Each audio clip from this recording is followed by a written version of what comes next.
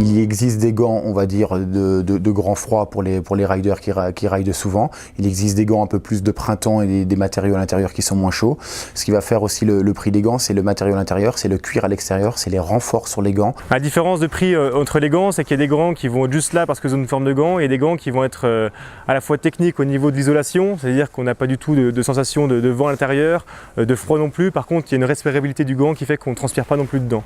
On va trouver des gants où le cuir est beaucoup plus agréable au toucher, avec des gants beaucoup plus souples. Il y a certains gants où on a du tissu partout, par contre il y a des gants, il y a des renforts en cuir ou en plastique aux endroits nécessaires, aux endroits où on porte les skis ou le snowboard, qui fait que le gant il a une durée de vie qui est beaucoup plus longue. Dans un bon gant, de toute façon, quand on regarde bien, il y a souvent un empiècement cuir et une deuxième couche entre le pouce et la main, parce que c'est vrai que l'écart coupe les matériaux. Je pense que le cuir est vraiment résistant. Le gant se choisit aussi au niveau d'une pratique.